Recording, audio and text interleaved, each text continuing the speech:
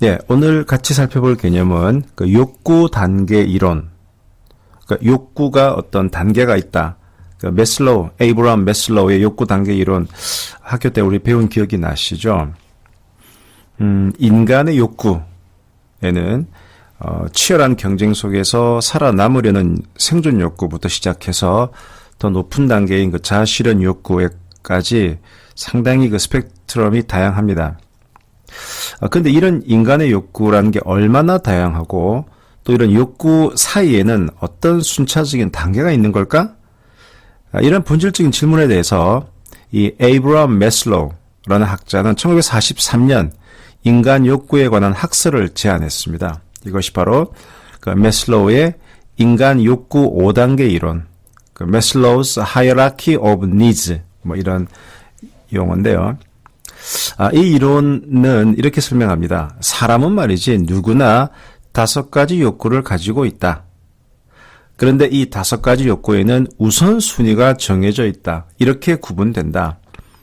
우선 사람은 가장 기초적인 욕구가 이 생리적인 욕구인데 이 생리적인 욕구를 맨 먼저 채우려고 하고 이제 요 욕구가 어느 정도 만족이 되면 그 다음에는 안전해지려는 욕구, safety needs라고 하는데 이런 안전해지려는 욕구를 갖고 그 다음에 이 안전 욕구가 좀 또 만족이 되면 그 다음에는 사랑받고 또 어딘가에 소속되고 싶은 이런 욕구를 가지고 그 다음에는 존경받고 싶은 욕구 그리고 제일 마지막에는 자아실현 욕구 요런 단계로 순서대로 만족하려 한다. 그래서 좀 더 자세히 살펴보면요. 첫 번째 단계가 아까 제가 생리적인 욕구라고 했죠. 그러니까 숨쉬고 먹고 자고 입는 이런 우리 생활에 있어서 가장 기본적인 요소들이 포함된 단계입니다.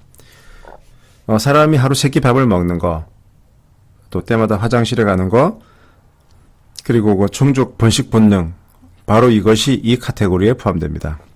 두 번째 단계는 안전 욕구입니다. 우리는 흔히 놀이동산에서 롤러코스터 탈 때 혹시 이 기구가 고장이 나가지고 내가 다치지 않을까 이런 염려를 하죠.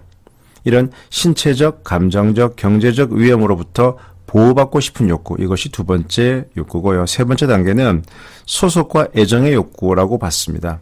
누군가를 사랑하고 싶은 욕구, 어느 한 곳에 소속되고 싶은 욕구, 그리고 친구들과 교제하고 싶은 욕구, 또 가족을 이루고 싶은 욕구 등이 여기에 해당되고요. 네 번째는 존경 욕구입니다. 우리가 흔히들 말하는 명예욕, 권력욕, 그 정치가들이 좋아하는 이것이 여기에 해당되는 건데요. 그러니까 누군가로부터 높임을 받고 싶고 주목과 인정을 받으려는 욕구입니다. 다섯 번째 단계는 자아실현 욕구입니다. 매슬로우는 이 가장 최고 수준의 욕구가 바로 요거다. 자아실현 욕구다. 그래서 이 아까 본 4가지 모든 단계들이 기본적으로 충족돼야만 이루어질 수 있는 마지막 단계로서 자기 발전을 이루고 자신의 잠재력을 끌어내서 극대화할 수 있는 단계라고 주장했습니다. 물론 이 이론에 대해서 비판도 많아요. 비판의 핵심은 요 각각의 단계가 진짜 그러냐? 그게 좀 구분이 모호한 거 아니냐? 그리고 이게 사실 과학적인 검증이 어렵고 또 실증적인 뒷받침이 없다. 이런 점 때문에 좀 비판을 받습니다. 그래서 알더퍼라는 사람은 ERG 이론을 내세워서 매슬로우의 이 5단계 너무 복잡하다. 그래서 일단 3단계로 첫 번째가 존재 욕구, existence needs. 이 existence needs. 두 번째가 관계 욕구, relatedness needs. 세 번째가 성장 욕구, growth needs. 이렇게 ERG로 단순화했습니다. 그리고 그 알더퍼라는 사람은 또 이렇게 비판했죠. 이 욕구가 이렇게 우선순위가 있다? 요게 끝나야 그 다음 게 욕구가 생긴다. 그게 어딨어. 한 시점에 2가지 욕구도 동시에 일어난다. 예를 들어서 존경 욕구, 그 다음에 자아실현 욕구, 이 2개를 다 만족시키기 위해서 위험한 스포츠를 하는 사람이 있다. 또는 여러 욕구를 차례대로 만족하는 대신에 이들을 동시에 한꺼번에 만족시키려는 경우도 있다.